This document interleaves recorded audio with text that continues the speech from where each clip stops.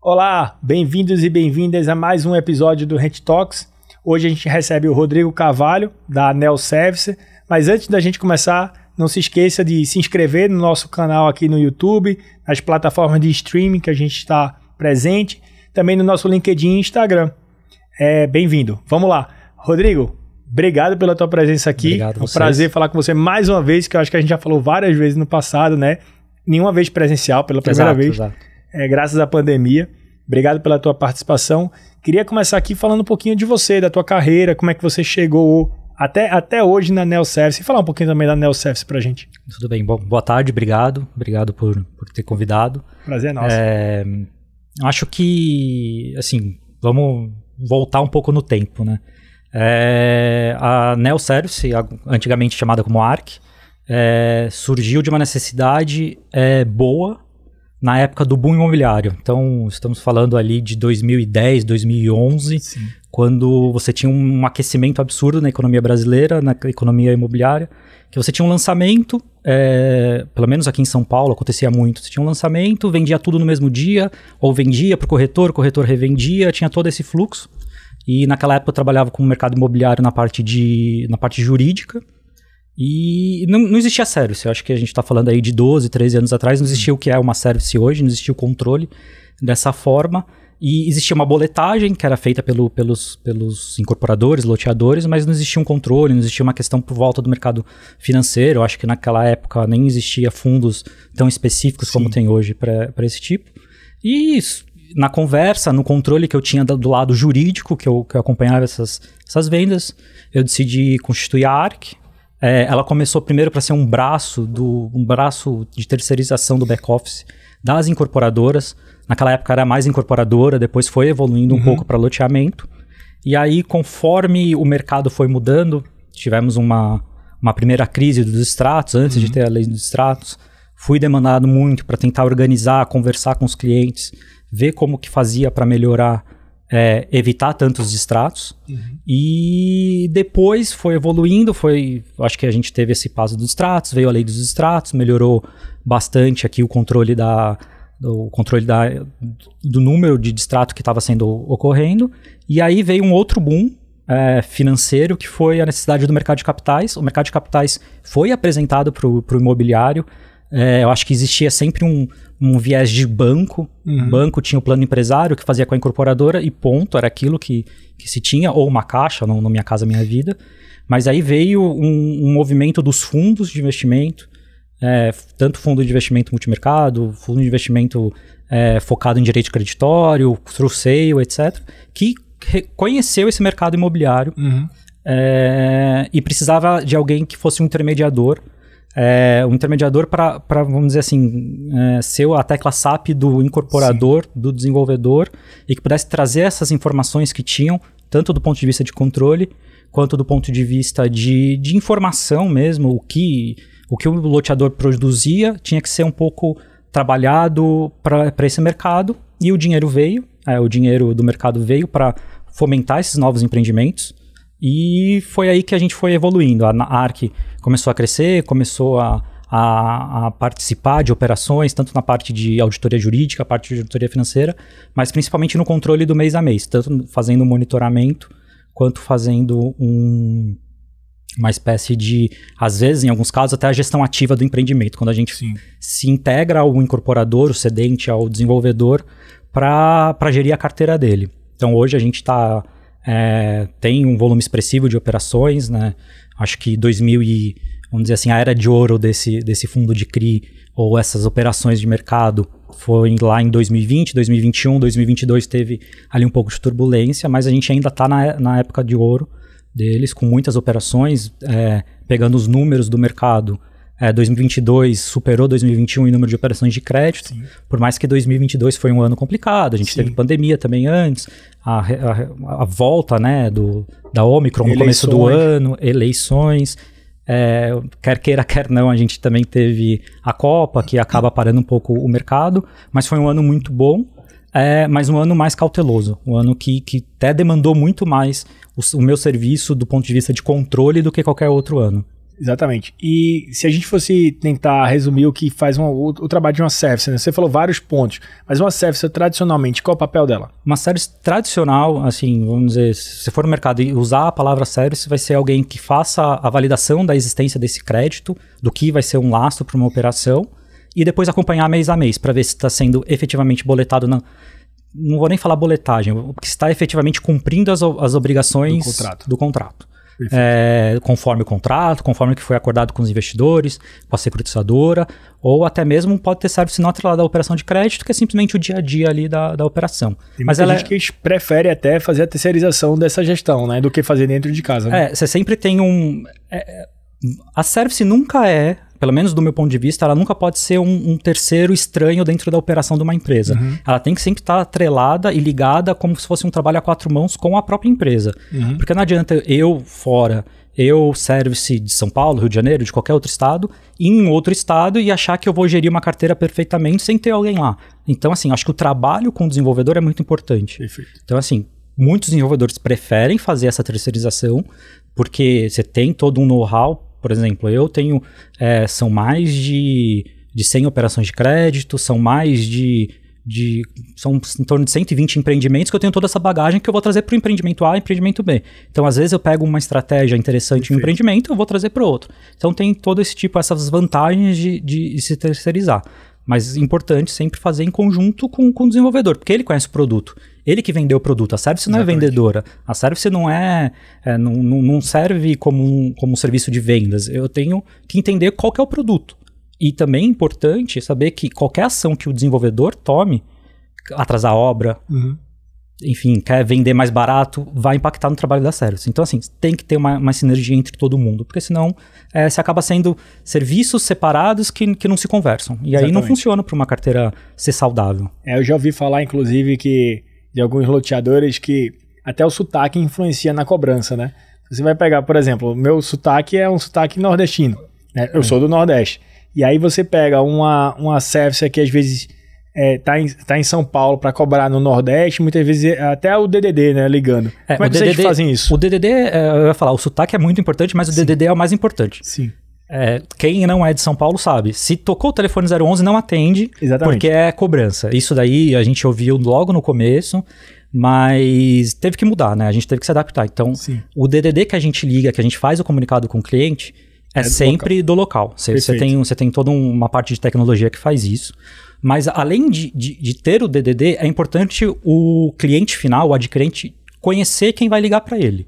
Porque às vezes acontece, eu comprei o empreendimento da loteadora A e me liga uma Neo Service. Sim. Quem é a Neo Service? O que é? Ou até mesmo me liga, às vezes quando tem uma operação, representante da securitizadora X. O adquirente final não tem ideia o que é uma securitizadora. Menor ideia. Ele precisa ser informado, Sim. Ele precisa saber, ele precisa estar confiante do quem está falando e ter acesso a todos os canais. Então, assim, uma coisa, acho que o DDD é importante, mas o que mudou muito foi conversa por WhatsApp. Tem gente que nem atende o telefone. Pode ser o DDD 011, pode ser o DDD qualquer um. Eu também não atendo. Eu não atendo, não. Se for número desconhecido, não me manda um WhatsApp pra me dizer quem é, pra ver se eu atendo. E tem gente que fala assim, não, já aconteceu assim, algum empreendedor liga pra ele, cobra, ou o próprio corretor liga, cobra. A gente liga, vem um WhatsApp. Não me liga, eu quero falar por WhatsApp. Então, assim, acho que o DDD foi uma coisa importante, mas ter um acesso ao WhatsApp, seja por... O WhatsApp corporativo, ultimamente, o comercial tem sido número fixo. Mas eu gosto no WhatsApp, que é número, vamos dizer, com 9, o número de celular, porque ele também, o adquirente sente um pouco mais... humanizado. Eu implantei o chatbot, né? Toda aquela questão do robozinho no começo que fala. O que eu tinha... Porque, assim, a gente tem empreendimentos do médio padrão, do alto padrão, do padrão muito baixo. Então, a gente tem que saber lidar com esse tipo de empreendimento. Quando você faz um robô no WhatsApp que fala assim, olha, eu só vou falar com você se você digitar seu CPF certo. Eu já tive várias vezes que eu recebo um áudio falando assim, eu não vou digitar CPF nenhum. E aí depois liga bravo, falando assim, olha, eu não consigo falar com você. Então, assim, em alguns empreendimentos, eu até desabilito esse tipo de conversa, porque o público-alvo não consegue, vou digitar o CPF e depois tem as outras opções. Ele quer conversar, ele quer, eu quero uma segunda via do boleto, eu não quero escolher e conversar com o WhatsApp. Então isso, dependendo do empreendimento, e aí pode ser um empreendimento de alto padrão, depende às vezes da região, que o cliente não quer falar. E não quer falar com o robô também, quer falar com a pessoa. Então acontece de tudo, assim, xinga, manda assim, para de me perguntar a mesma coisa. Aí a gente tem que falar, olha, eu não consigo, porque é um robô, você está falando com um robô. Então você tem esse tipo de... Você tem que doutrinar os adquirentes também, seja pela service, seja pela incorporadora, esse contato, essa parte, para ele entender como fazer. E me fala lá, na ANEEL, como é que está hoje, percentualmente, o número de clientes? Eu sei que você atende bastante gente no mercado de capitais, porque... Eles dão crédito e exigem que isso vá para uma service, e vocês são geralmente uma das principais services do Brasil hoje. Também deve ter loteadores diretos, tem incorporadores também. Como é que se divide aí? Olha, a gente tem bastante diversidade. Eu acho que eu posso falar que a gente vê de tudo um pouco. A gente tem muita operação, sim, do mercado de capitais. O mercado de capitais demanda a gente tanto para fazer monitoramento, que é simplesmente um acompanhamento, acompanhar exatamente o que tem sido boletado, mas uma gestão ativa. Tanto de incorporação residencial, incorporação comercial também, quanto loteamento fechado, loteamento aberto e multipropriedade. Eu diria que dentro do nosso escopo ali, dentro da ANEEL Service, a gente teria em torno de 50% de operação falando em monitoramento, a maior parte, em torno de 40% disso, ou 35% mais ou menos, em loteamento, porque loteamento, quer queira, quer não... Uma carteira mais extensa. É uma carteira mais extensa, é uma carteira que o mercado trabalha mais. Quando a gente está falando de incorporação, a gente tem ainda algumas linhas de crédito de banco, quando a incorporadora atende os requisitos. Então é um prazo menor, a gente tem um prazo só pré-chaves. Claro que temos as exceções quando faz financiamento direto, etc. Então é um volume um pouco menor em incorporação em relação ao loteamento. A gente tem em torno de 30% da empresa trabalhando com a gestão ativa, e aí gestão ativa basicamente são loteadores, não às vezes o próprio loteador, às vezes algum investidor, às vezes o próprio terreneiro que fica com uma parte dos lotes, contratando a gente. Permuta física. Permuta física, que a gente também tem que trabalhar em conjunto com o desenvolvedor. E o resto a gente tem também de multipropriedade, mas multipropriedade a gente faz basicamente monitoramento da carteira. Eu acho que multipropriedade é um mercado um pouco mais específico e que acho muito difícil e um pouco temerário se você tirar aquela conversa do desenvolvedor, porque é um cliente mais sensível a mudanças. Então, nas próprias operações que a gente faz, geralmente o próprio desenvolvedor continua, porque ele tem todo o know-how, né? É um know-how específico, e a gente faz acompanhamento. Perfeito. A gente tem muito, também, talvez um preconceito, talvez, é uma palavra forte, mas enfim, não estou achando outra palavra agora, do lado do mercado de capitais para dar crédito para o loteamento, né? E isso se dá por vários fatores. Na tua experiência, né, dado que você tem uma relação muito forte com o mercado de capitais, se vindo do mercado de capitais, o que é que mais incomoda o investidor, né, de investir no loteamento? O que é que você encontra de mais barreira, garantias? O que é que você acha que eles mais pegam? Bom, assim, eu acho que o loteamento é um mercado que tem suas próprias regras. Você não pode tratar loteamento igual a incorporação, como você não pode tratar igual a multipropriedade. Cada um tem suas próprias regras. O mercado de loteamento foi muito penalizado ou foi muito criticado por conta de crises que tiveram antes do mercado de capitais efetivamente entrar, como eu falei, nessa era de ouro, por conta de controles. Eu acho que a falta de controle assustava muito os desenvolvedores.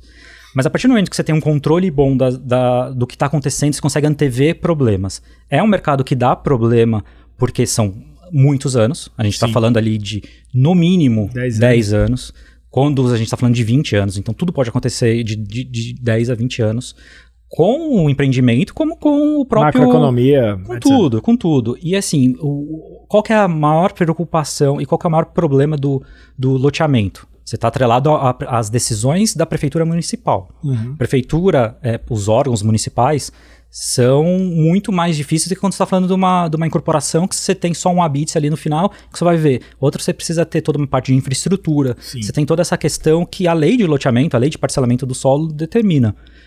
Então, esse trabalho ele é um pouco mais complexo. Mas, por outro lado, eu entendo que loteamento, por ter um caminho grande, muitos anos, um financiamento e volume muito maior, ele aceita muito mais desaforo, eu falo. Exato. Margens mais altas também. Margens mais altas. A incorporação, ela é mais difícil de aceitar desaforo. Erros cometidos em incorporação são difíceis de serem contornados. No loteamento, você tem várias oportunidades de corrigir esses erros. Sim. Desde que você saiba ele com antecedência. Mas eu acho que o mercado melhorou a visão do loteamento. Eu acho que dentro do loteamento também tem várias faixas. Tem faixa de alto padrão, faixa de médio padrão, faixa de baixo padrão. E vários tipos de tabela, vários tipos de venda, né? Então, o mercado ainda tem um pouco de preconceito com alguns tipos de tabela, mais por uma questão de tudo vai girar em torno do que vai acontecer de 0 a 10 anos, de 0 a 20 anos, do ponto de vista micro ou do ponto de vista macroeconômico aqui do país ou da própria região. Um exemplo prático que eu tive, eu fiz uma operação, não era nem uma operação, era um fundo que tinha comprado uma terra em Brumadinho, um pouco antes do acidente. Do acidente, pouquíssimo antes. A gente ia até lançar, eu estava fazendo toda a parte de secretaria de vendas com eles, veio a crise, né? Veio a questão da Samarco e, enfim, atrasou o loteamento, atrasou tudo. E foi um problema micro, né, da região que acabou prejudicando todo o planejamento financeiro. Por outro lado, esse mesmo loteamento, depois de lançado, ele também teve outros problemas, porque o produto foi desenhado para uma região que tinha uma mineradora, que tinha a Vale ali, tinha todas essas questões, a região mudou. Então, o produto teve que ser concebido de maneira diferente, o jeito de crédito teve que ser de maneira diferente. Muitas pessoas ali na cidade utilizavam a indenização, e aí não vou entrar em muita especificidade, mas tinha uma entrada maior porque tinha uma parte da indenização, então você tem que trabalhar um pouco com as mudanças micro. Você não pode achar que o Brasil é um só, o jeito de trabalhar é um só. A cada bairro muda, a cada cidade muda, e você tem que entender o que está acontecendo. É prefeito que cai, é secretário de habitação que muda e muda toda a questão. Então, assim, loteamento, incorporação também, mas mais o loteamento, ele é muito sensível a essas mudanças pontuais. Perfeito. Como é que você enxerga Vamos lá, você atende vários loteadores, né? Como é que você enxerga a cabeça desses loteadores? Eu sei que não dá para tirar uma média, mas você acha que eles geralmente gostam dessa carteira mais longa, que financiam, porque vira quase como se fosse ali um rendimento mensal ali da carteira deles, ou você acha que esses caras querem antecipar? E qual é o papel da ANEEL nessa estratégia, né? Eu prefiro realmente que antecipe essa carteira. Você vai negociando com os adquirentes, ou não, você vai carregando essa carteira e prolongando? Como é que eles atuam nisso? Tem loteadores, né? Eu acho que isso tudo vai depender um pouco do bolso do loteador e da conta que ele vai fazer. Do momento, né? Dele. Do momento do país, vou voltar de novo a falar, o momento macroeconômico, porque você tem operações baratas e operações caras dependendo do quanto você necessita do dinheiro e do momento que está sendo emprestado esse capital. Mas eu acho assim, vou tentar dividir o loteamento incorporador em duas fases. Fase durante a obra, ele precisa de dinheiro, ele precisa de capital. Sim. Então pode ser interessante que ele faça essa antecipação. Por mais que, eu falo, às vezes o loteador ele tem uma mina de ouro, mas ele só consegue pegar 1 grama de ouro por mês.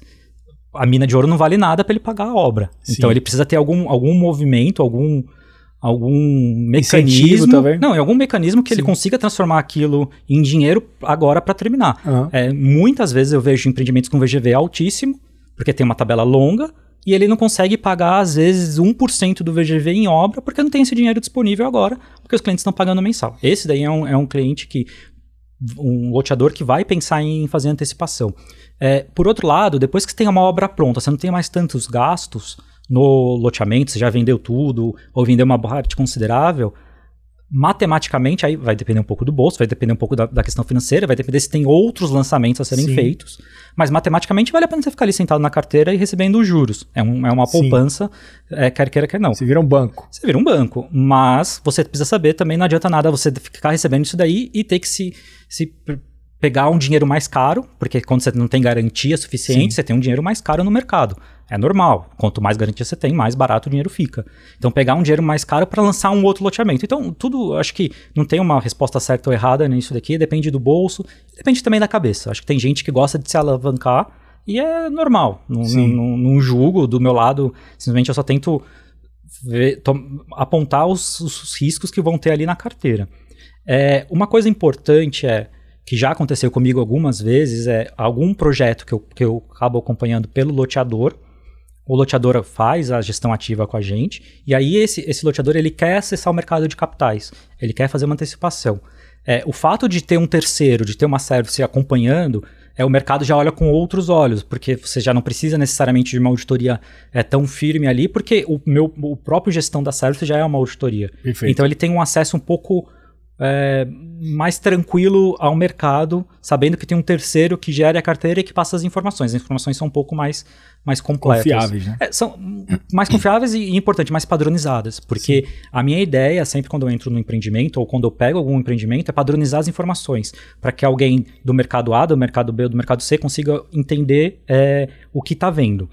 Tem muito loteador que usa nome diferente para parcela, tem muito loteador que entende VGV de uma forma, tem outro loteador que entende de outra. Eu tento fazer uma máscara para o mercado de capitais e conseguir entender sempre as mesmas informações. Perfeito. E é engraçado, você falou muitas vezes o loteador ali enxerga aquela carteira como o banco, né? Fica como uma poupança. Uma poupança dele. Vamos usar essa palavra que é importante. E tem características diferentes. Você pega, por exemplo, um loteador aqui em São Paulo que ele corrige com IPCA mais 12, e você tem um loteador no Nordeste que é GPM mais 0. Né? E aí, quando você fala de um cara que não está corrigindo nos juros, eu vejo talvez um incentivo maior desses caras de vender a carteira logo. E, cara, eu quero realizar. Por quê? Porque o juros está embutido já no preço dele. Exato. Agora, o cara que está com IPCA mais 12, muitas vezes ele não quer. Embora, né, é muito mais fácil você antecipar uma carteira de IPCA mais 12 porque você tem um valuation muito melhor naquela carteira. Você recebe você tem um prêmio, talvez. Um prêmio maior, pode dizer isso, um prêmio maior por aquela carteira. Mas, assim, acho que vale a pena a gente voltar um pouco a pouquíssimo tempo atrás. Quando você falava que um loteador tinha um IPCA mais 12, ele dava ali, a gente estava com IPCA, vou pegar o IPCA desse ano, foi 6%, mas 12 tem 18 ali ao ano. Mas você tem como você falou, um Nordeste que tem 0 mais GPM, você teve um GPM há pouco tempo atrás de 28, 29. Então, não necessariamente as coisas mudam, então tem que tomar um pouco de cuidado, tem muitos loteadores que preferem fingir que não tem juros, embute na parcela e só deixa uma correção ali. Ou seja, uma correção pela tabela CUB, que é um pouco diferente, ou em IPCA, ou em GPM. GPM virou um novo monstro. Tá todo mundo descontinuando. Descontinuando, mas pontualmente. Assim, eu tenho visto muitos loteadores que falaram, vou dar um prazo de 2 anos para o pessoal se acalmar com o GPM por conta da flutuação e depois volto. Exato. É engraçado. E até a gente tá falando de correção de índice, e também tem modelo de tabela. E aí, isso é um negócio bem, né, difícil, porque sempre a gente fala assim, pô, mas aí tem o cara vendendo a Sacoc que o mercado de capitais não quer, porque, enfim, ninguém consegue pagar, tem a SAC, tem a Price. Como é que você, estando do lado aí da gestão, como é que você acha que essas tabelas funcionam, e para você o que é que funciona melhor? Eu já sei a resposta, mas vou deixar você falar. Eu acho assim, tem que desmistificar algumas coisas também. Você faz uma tabela Sacoc ou uma tabela gradiente, vou usar o nome gradiente porque cada região tem uma. Qual que seria o maior objetivo? Você ter uma parcela inicial baixa, então aquele cliente é atraído por aquela parcela baixa, né? Ele consegue colocar no pagamento dele, no dia a dia do pagamento daquela parcela de R$200, exemplo. E essa parcela gradualmente vai aumentando conforme os índices previstos no contrato. Qual que é o problema nesse tipo de tabela e por que o mercado tende a ficar um pouco mais assustado? Essa parcela, por ser gradual, ela vai aumentando tanto com base nos juros quanto com base nos índices combinados. Sim. Só que o salário de quem comprou não acompanha. A gente sabe, o salário nunca vai acompanhar um índice de juros, mas... deu 30%, deu 30% e o salário não aumentou 30%. E não precisa ir muito, assim, você tem 6... Vamos imaginar, se for o IPCA, o salário aumenta o IPCA, ele não vai aumentar a partir de 12 de juros ao ano. Então, essa tabela vai criando um problema a longo prazo. Então, a precificação de uma carteira dessa forma é diferente de uma precificação quando você tem uma parcela, o cliente já sabe quanto ele vai pagar, você vai ter uma diferença aí de correção, né? Acho importante falar do IGPM, a gente tá falando de 28, mas ele foi negativo agora há pouco. Foi. Então, assim, isso também mudou um pouco a visão de muitas carteiras, porque a carteira, na verdade, diminuiu o valor da parcela ou ficou no zero. Mas geralmente zero, né? Porque ele geralmente zero. É o ajuste positivo do IGPM. Exato, mas muita gente esquece disso. E aí zero é pior. Zero termina ficando pior de todo jeito, né? Porque a inflação aumentou e você corrigiu zero. Exato. Exato. Mas quando a gente está falando de tabela SACOC, que eu estava comentando aqui, gradiente, né? Que é o nome mais correto. Você tem essa falta de previsibilidade e também tem um jeito de ver essa carteira.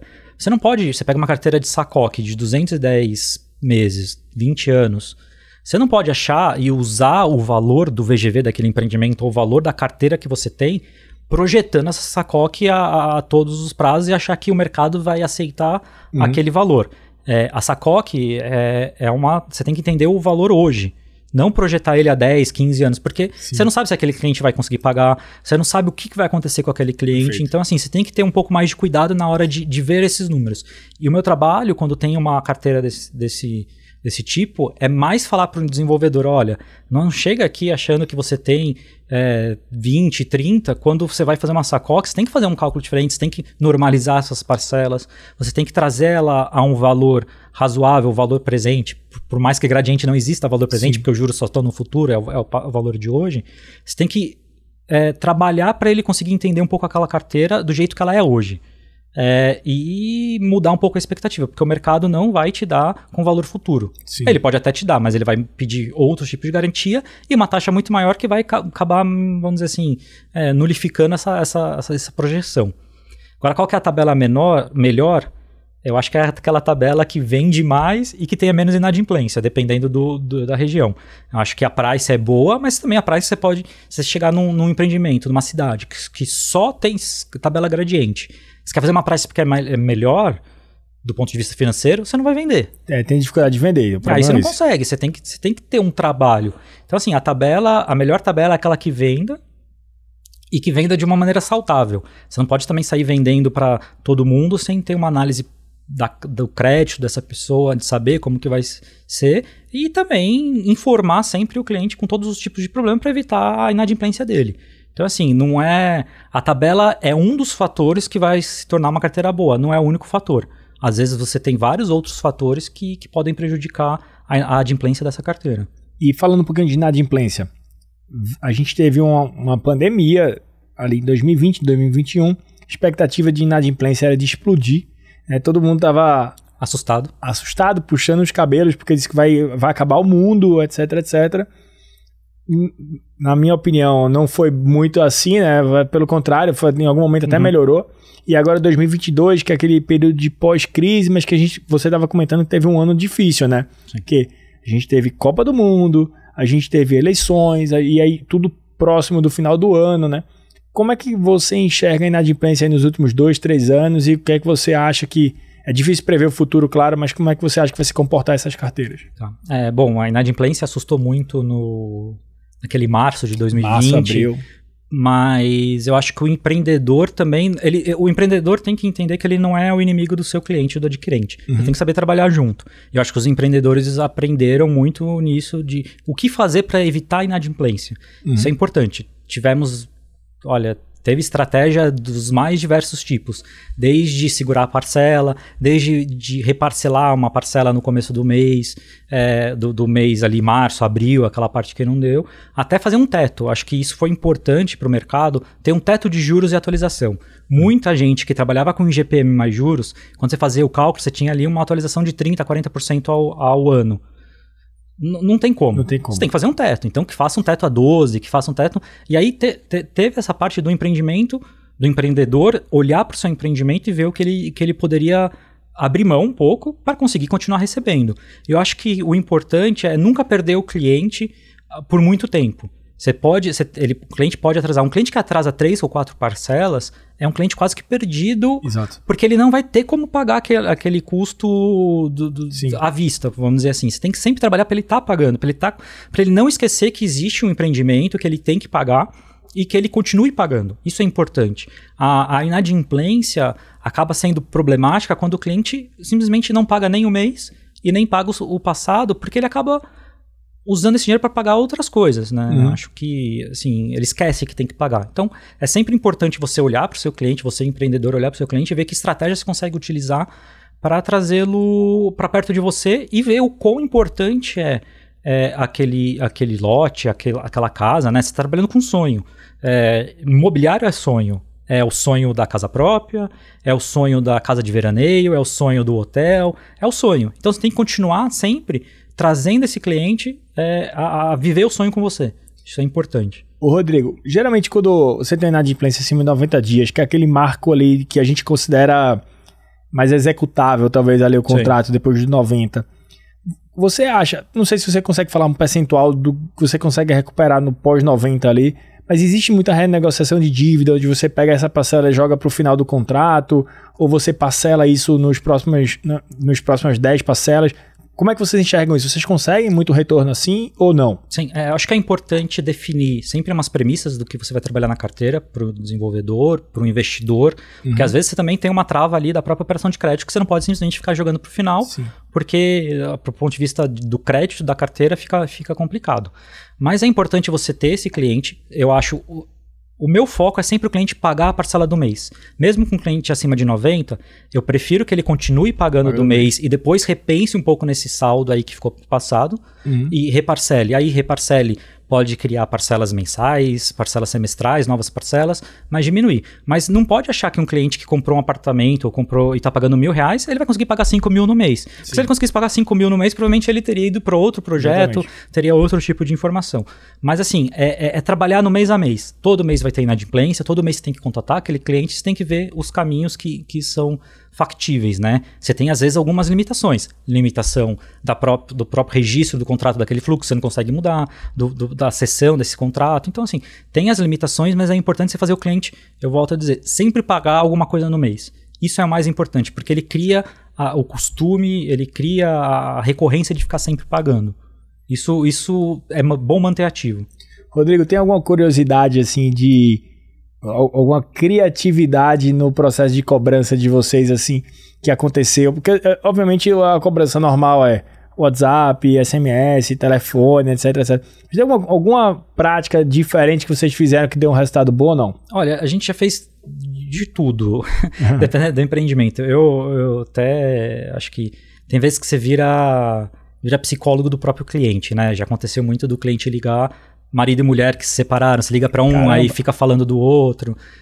Eu até falo que o meu time de atendimento ali tem muitos psicólogos ali. Tem cada história muito boa. Mulher que pegou o marido traindo, Caramba. E aí conta toda a história, quer explicar. Aí você tem a parcela que são os dois que tem que pagar, então você tem todo esse tipo. Então tem várias histórias, dá para escrever um livro com todas as histórias que aconteceram.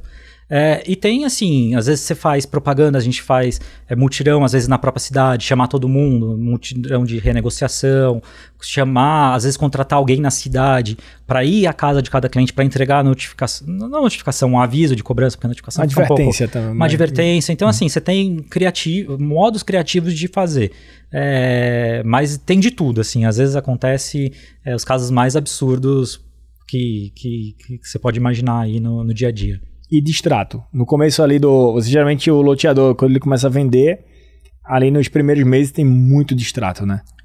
Como é que vocês atuam, né? Como é que foi o distrato nas crises? E onde é que tem mais distrato? No loteamento? Tem outro empreendimento que vocês atuam que tem muito distrato? Como é que é? Eu acho que o mercado imobiliário e de empreendimentos é muito grande, tem várias peculiaridades que a gente podia ficar aqui o dia inteiro conversando sobre cada uma delas, mas assim, o distrato um distrato que ocorre no primeiro e segundo mês, que é o que ocorre bastante às vezes em loteamento, é porque a venda não foi bem feita.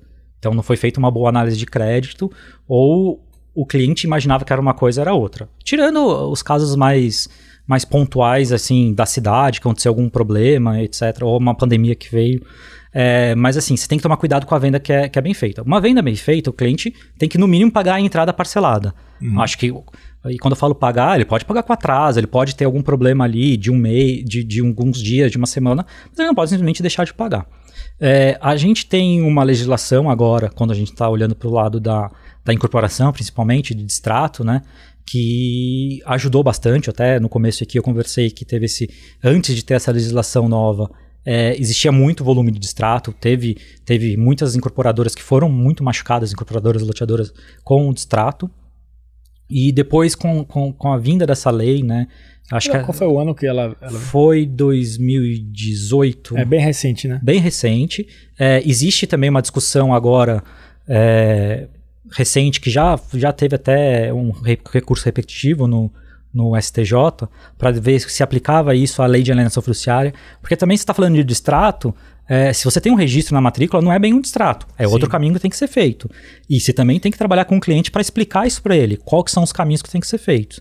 Então eu acho assim, o distrato acontece, é normal acontecer, sempre vai ter alguma situação, mas tem que primeiro ter uma venda boa para evitar o distrato por distrato, porque é alguém que comprou e não sabia ou não esperava aquele boleto, ou não esperava que tem que pagar aquela entrada. O cliente tem que saber o quanto ele tem que pagar, pelo menos no começo. Você tem que trabalhar isso com a Secretaria de Vendas, com o pessoal que vende, e evitar esse distrato, porque o distrato é custoso, e pode nem ser custoso necessariamente do dinheiro, mas é custoso o trabalho de todo mundo. O trabalho de formalizar isso daí, o trabalho de venda, o trabalho de revenda, o trabalho do próprio incorporador, ou se tem uma operação de crédito, a substituição desse crédito. Então assim, você tem que evitar ao máximo.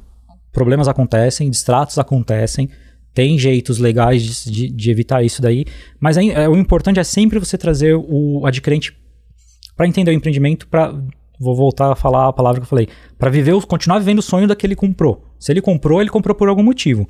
E ele tem que também se esforçar para ficar pagando. Então tem que ficar em cima e para evitar esse tipo de movimento de distrato. Rodrigo, vocês atuam com loteamento, claramente, mas vocês também atuam com outros ativos do mercado imobiliário. Quais são os ativos que vocês trabalham e, se a gente puder falar rapidamente, quais são os prós e contras de cada um do teu ponto de vista como gestor da carteira? Tá. Eu acho que a gente pode fazer 4 grandes pontos. A gente tem um ponto residencial, loteamento, residencial, incorporação, comercial, aí loteamento ou incorporação. Acho que os dois ficam mais ou menos no mesmo.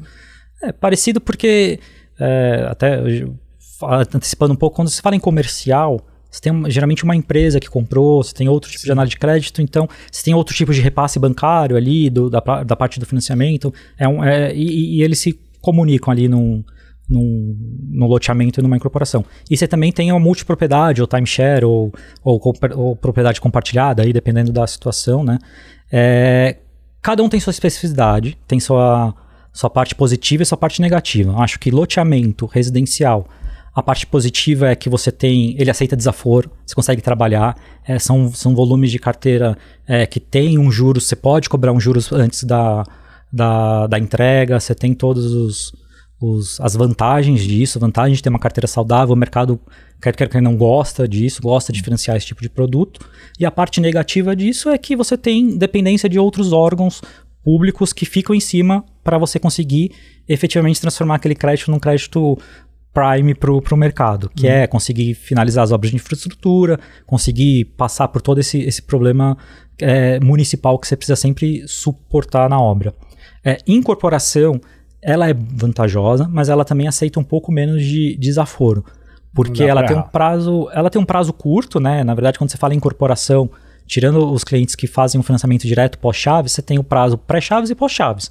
Na chaves, hoje a gente ainda tem um grande movimento bancário que financia o cliente e repassa. Aí já não é problema mais do desenvolvedor, nem o problema do incorporador. É um problema do banco que fez aí, repassou, fez esse tipo de unidade.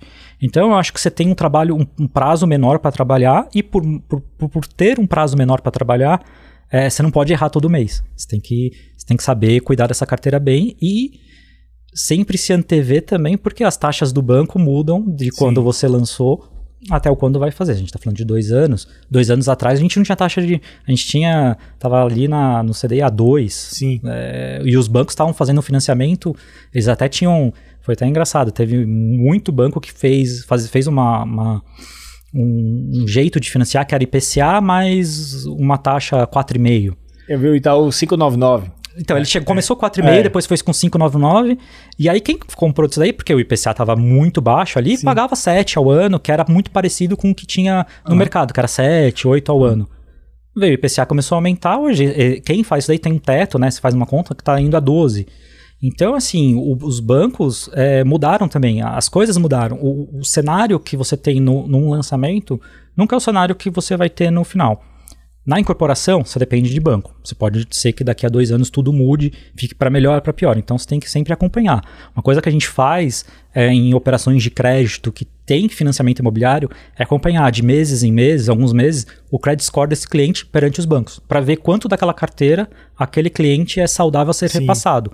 Porque se você não conseguir repassar aquilo no prazo certo, você desenhou uma operação que você tinha uma expectativa de receber um valor na chaves ou 30 dias pós-chaves, alguma coisa, e não receber todo esse valor, você tem um desencasamento dessa operação. Então, você precisa repensar nisso daí. Então, é importante você, desde o começo, ir acompanhando dessa forma. Legal. Você hoje, quando vai pegar um cliente novo, independente de qual tipo de cliente, você requer alguns documentos iniciais para você começar. Até porque você passa por um processo... A gente pode falar isso, por exemplo, vamos lá, você vai me dizer, mas um loteador que veio diretamente com você querendo fazer essa gestão da carteira, e ele já tem essa carteira ativa, ou seja, já tem venda, já tem contrato, você faz uma auditoria para trazer para dentro da ANEEL, ou você só faz isso quando o mercado de capitais exige? Então, hoje a gente fala de auditoria jurídica e financeira, né? Como é que funciona esse onboarding? Como é que funciona o trabalho dessa auditoria jurídica e financeira? Como é que vocês atuam nisso? Eu acho que, independentemente se tem operação de crédito atrelado ou não, você precisa fazer uma análise, primeiro, do contrato. Eu acho que é importante entender. Até a gente conversou aqui do IGPM negativo virar zero. Sim. Você tem muitos empreendedores que aplicaram isso daí e não tem no contrato. Eu preciso entender o que está escrito no contrato. A grande maioria está errada, né? Exato. A grande maioria está. Tá o que está no contrato, mas não é o que está sendo aplicado. Então, você precisa entender um pouco o produto, você precisa entender o que foi feito, analisar do ponto de vista jurídico o contrato. Porque tem muita gente que cobra seguro e não tem no contrato, cobra taxa de administração, não tem no contrato, ou tem um tipo de parcela. Então, assim, a análise, eu até falo assim, não é uma auditoria jurídica, porque a auditoria jurídica envolve muito, às vezes, o viés do advogado fazendo a avaliação jurídica da aprovação. Não, é uma auditoria documental para entender a documentação que foi feita, o que foi feito com esse cliente, o que tem de lastro. Eu tive recentemente um cliente que me procurou para fazer uma gestão da carteira, e eu pedi assim, me manda os contratos. Ele falou, mas os contratos são os que estão no sistema. Aí eu entrei no sistema e tinha os contratos cadastrados lá, tudo certinho, os clientes estavam pagando. Eu falei, não, mas eu preciso do contrato físico, assinado, né? Sim. Ele falou, mas eu não assinei o contrato. Eu falei, não, calma aí. Não, mas não precisa, já tá ali. Os clientes estão pagando. Eu falei, sim, os clientes estão pagando, Caramba. Eu tô vendo. Ele falou, mas os clientes não assinaram os contratos. Eu falei, não, então vamos voltar um pouco. Manda os clientes assinar o contrato. O contrato é importante. De um jeito ou de outro, ele é o documento que vai dar origem a tudo. O cliente pode pagar o boleto, mas se ele não tem um contrato assinado, e se ele não pagar? O que eu vou fazer? Não sei. Você vai executar o quê? Exato, eu vou executar o quê? Não tenho. Então, assim, você precisa entender, você precisa conhecer o produto e conhecer como que foi feito até o momento. Então, a auditoria é importante. A auditoria financeira eu faço uma auditoria não para julgar o que foi feito no passado, porque o que foi feito no passado, eu tenho muitos empreendimentos que tinham uma previsão de atualizar ano a ano, não atualizou. Isso não é um julgamento, é o que aconteceu no passado, eu só preciso entender para que eu consiga, a partir daqui para frente, aplicar o que é certo e apontar. Muitas vezes eu aponto, olha, isso daqui não foi corrigido. Não adianta você chegar hoje e também querer corrigir. Corrigir 5 anos direto. Exato. Ou se quiser, corrige também, mas você tem aí o pênalti. Você tem o pênalti. Isso. Então, assim, a auditoria financeira é para entender o que aconteceu. A gente faz sempre algumas coisas, tem que usar um pouco a imaginação para ver. Às vezes, teve um cliente que ligou lá e pediu uma renegociação e não foi formalizado. Quando eu vou receber essa carteira, eu tenho que entender e aplicar isso daqui. Porque eu não posso chegar depois e falar para o cliente, cliente, você renegociou, você não assinou um documento, então você me paga aqui a diferença. Não dá, não tem como. Então, daqui para frente eu consigo aplicar, mas eu tenho que olhar para trás. Então, por isso que é importante tanto a auditoria documental quanto a auditoria financeira. Seja para operação de crédito, seja para não ser operação de crédito. Eu acho que assim, a auditoria sempre é importante, o controle é sempre importante para terceiros quanto do próprio desenvolvedor. Me fala uma coisa, demora essa auditoria jurídica e financeira? Porque parece, para quem não conhece, parece que vai ser um bicho-papão, né? O pessoal começa, eu acho engraçado, sempre nas reuniões, nas primeiras reuniões, o pessoal sempre fica olhando com aquela cara se assusta. Fica olhando cara de bravo, do tipo, ele vai ser o auditor chato que vai ficar pedindo. Não, assim, não demora. Primeiro entender, tudo depende também um pouco da organização dele, de como foi formalizado, da existência ou não de um RP, que é um sistema ali de gestão, ou um outro tipo de sistema que geria essa carteira. Mas, como eu falei que eu não estou aqui para julgar o desenvolvedor, muita gente fala assim, não, ele vai vir aqui e vai ver o que eu fiz de errado, assim, ou vai ficar me julgando. Não, vamos entender, vamos ver o que você fez, vamos ver o que você tem na empresa, para daqui para frente a gente seguir. Então, assim, demora o que tem que demorar. Depende de cada fornecimento de documentação, organização, mas não é uma coisa que demora, você não fica aquelas auditorias de meses e meses, você tem que ter uma resposta rápida também, porque você faz uma auditoria, o empreendimento muda mês a mês. Se você começa hoje, daqui do próximo mês vai mudar.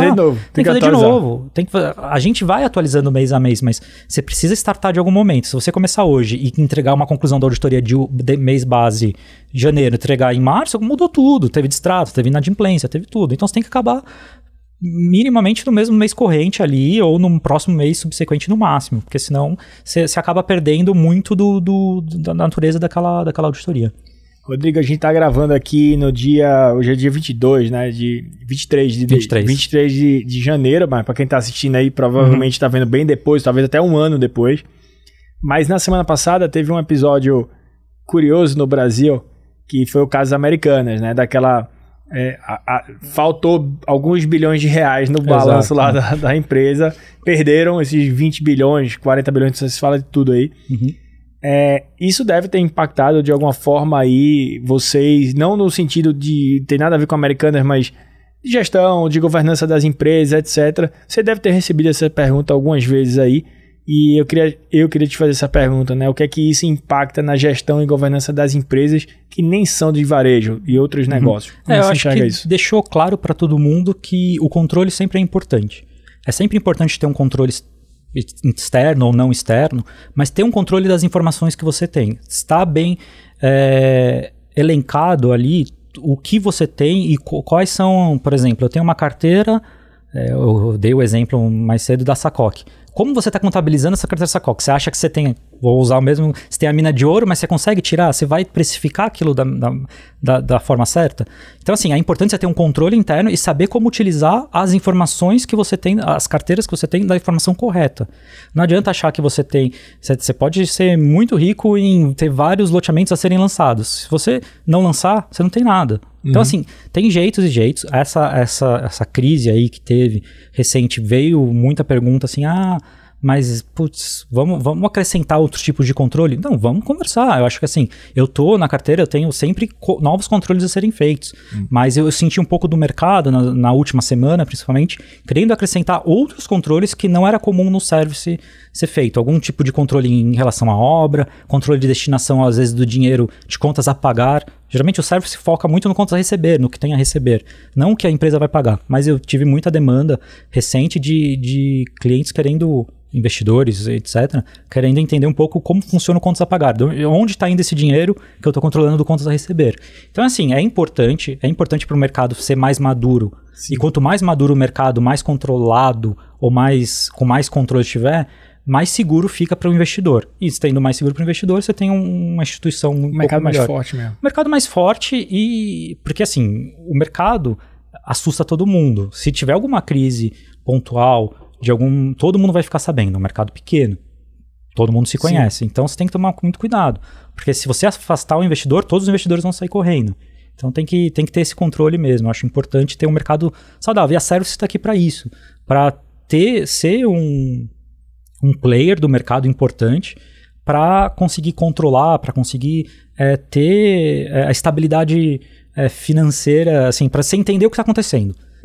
Eu não faço milagre.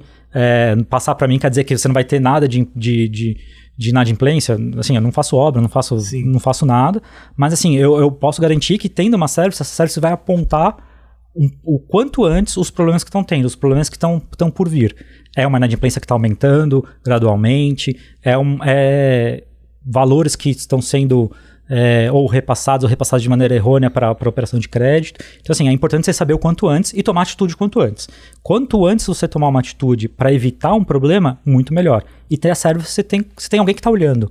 Não é só o desenvolvedor, sempre é o melhor para ver o empreendimento, mas às vezes ele não vê com os mesmos olhos de alguém que está afastado, que não tem a necessidade de pagar uma PMT, Sim. que não tem uma necessidade de desenvolver um projeto. Eu estou ali para ver os números e ver se está tudo certo, conforme as informações. De forma racional. De forma racional. Eu não tenho problema nenhum em entrar numa conversa dura com o desenvolvedor para apontar o que está acontecendo e depois falar super tranquilamente, não tem problema nenhum. É uma questão muito objetiva e racional mesmo. Perfeito. A gente já chegando no final aqui, 5 minutos finais, queria fazer 2 perguntas só para você. A primeira é, como é que você está enxergando os próximos anos, 23, 24, o que é que você tem escutado dos seus clientes? Porque eu acho que isso é um termômetro muito bom, né? Você tem muito cliente no mercado de capitais, muito cliente no mercado imobiliário. Como é que está essa perspectiva para os próximos anos? E para você também, pessoalmente, o que é que você tem sentido no mercado e o que é que você acha que vai acontecer nos próximos anos? Bom, acho que a gente tem que tomar cuidado quando a gente vai falar no futuro, falar da próxima semana aqui no Brasil, né? Porque cada semana é uma semana nova. Uma surpresa. Uma surpresa, mas eu acho assim, a gente tem um movimento... Eu acho que o mercado imobiliário, o mercado de capitais, ele é um mercado cíclico. Ele tem momentos bons, momentos ruins, mas sempre o ruim vem o bom e o bom vem o ruim. Você tem que saber lidar com isso.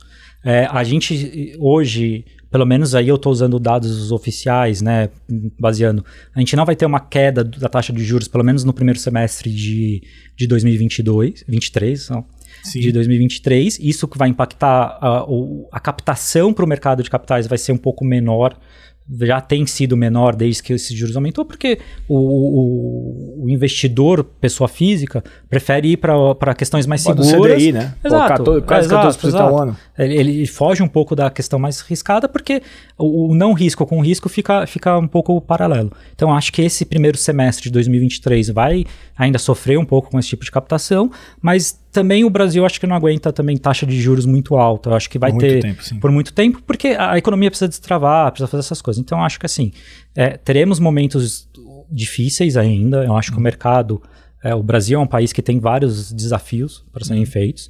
Mas, por outro lado, a gente tem muitos lançamentos vindo. Teve lançamentos mesmo no segundo semestre do ano passado que foram um sucesso. Então, eu acho que assim, não pode desistir. Você não pode desistir quando o mercado... O imobiliário não é fácil.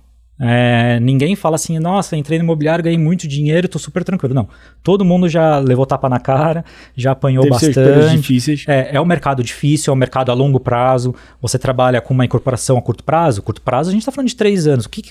Olha 3 anos atrás o que aconteceu no mundo. Quando você tá falando de loteamento 10 anos, não dá para prever. Então assim, saiba que o mercado é um mercado difícil e você tem que estar preparado para marés boas. Tem sim marés muito boas, o mercado imobiliário é um mercado bem rentável, mas tem a maré ruim também. Tem os atrasos, pode vir uma pandemia, pode vir uma questão política, pode vir uma questão macroeconômica, então você tem que tomar muito cuidado. Mas eu acho que esse primeiro semestre, e aí concluindo, vai ser um semestre difícil, mas não tão diferente do semestre passado. Sim. Acho que vai continuar nessa estabilidade de dificuldade aí de captação de dinheiro, mas eu vejo que a longo prazo o mercado vai voltar a reagir dessa forma. Engraçado que, eu não sei com quem eu falei, não sei se foi com o Ricardo e o Arthur da Lote 5, a gente tá em crise todo ano praticamente. Exato. Então, cara, resiliência, bola pra frente, vamos embora, ninguém vai parar de lançar, ninguém vai parar de aprovar. Você tem que seguir, assim, ficar parado é a pior coisa. Exatamente, que aí quando melhorar um pouquinho o mercado, aí você vai começar a aprovar projeto, aí quando você tá aprovando o projeto já... É mercado a longo prazo, você demora quantos anos? Eu tive empreendimento que demorou 10 anos para ser aprovado. Tem cliente da gente que tá com 8, 10 anos de projeto para aprovar. Ali, você falou Brumadinho, ali em Brumadinho, ferrou para aprovar alguma coisa ali agora. E para quem está começando nesse mercado? Aí é a última pergunta aqui, eu prometo. Então, para quem está começando no mercado aí de loteamento especialmente, né, ou incorporação, o que é que você sugere de boas práticas para quem está começando? Eu acho que eu posso ser até um pouco redundante em tudo que eu falei, mas assim, importante investir, primeiro, em tecnologia para controle. Tecnologia para você ter um sistema que consiga compilar as informações, que você tenha o controle da sua carteira. Então é importante investir nisso. É muito importante você ter um sistema que tenha as vendas, que você tenha integrado. Você não precisa ter a melhor tecnologia de ponta, mas você precisa ter um sistema que te dê as informações. Sim. Porque a pior coisa é você chegar para um desenvolvedor, ou ser um desenvolvedor, falar, lancei um empreendimento, quanto você vendeu? Vendi 10, mas qual que eu vejo ver? Quanto que foi? Não sei, eu preciso ver. Sim, você precisa ter essa informação na ponta da língua, porque você vai ser muito mais bem visto no mercado e você consegue entender o que você tem na mão para tomar as decisões ali no futuro. Então, assim, quem está começando, o importante é ter uma equipe boa, ter tudo, mas ter um controle, ter uma questão, investimento em controle e em tecnologia. Perfeito. Rodrigo, queria te agradecer mais uma vez. Eu sei que teu tempo é super corrido, então para vir para cá e ainda mais vir para um estúdio, né? Tem que se locomover. O estúdio da gente não é tão perto do centro da gente. Depois da pandemia você acaba se desacostumando. Desacostumado a dirigir 30 minutos, 40 minutos. Queria agradecer teu tempo aqui e tenho certeza que a gente ainda vai fazer muita coisa junto, vai ter muito papo junto, né? Pela frente, a gente estava lançando aí vários produtos de crédito novos e faz muito sentido a gente estar muito próximo de vocês e vice-versa, então... Mais uma vez, obrigado aí pelo teu tempo. E para você que ficou até o final aqui escutando a gente, queria agradecer também a você e não se esquecer de se inscrever no nosso canal aqui no YouTube, nas plataformas de streaming que a gente está disponível, também no LinkedIn, no Instagram e até o próximo episódio. Obrigado.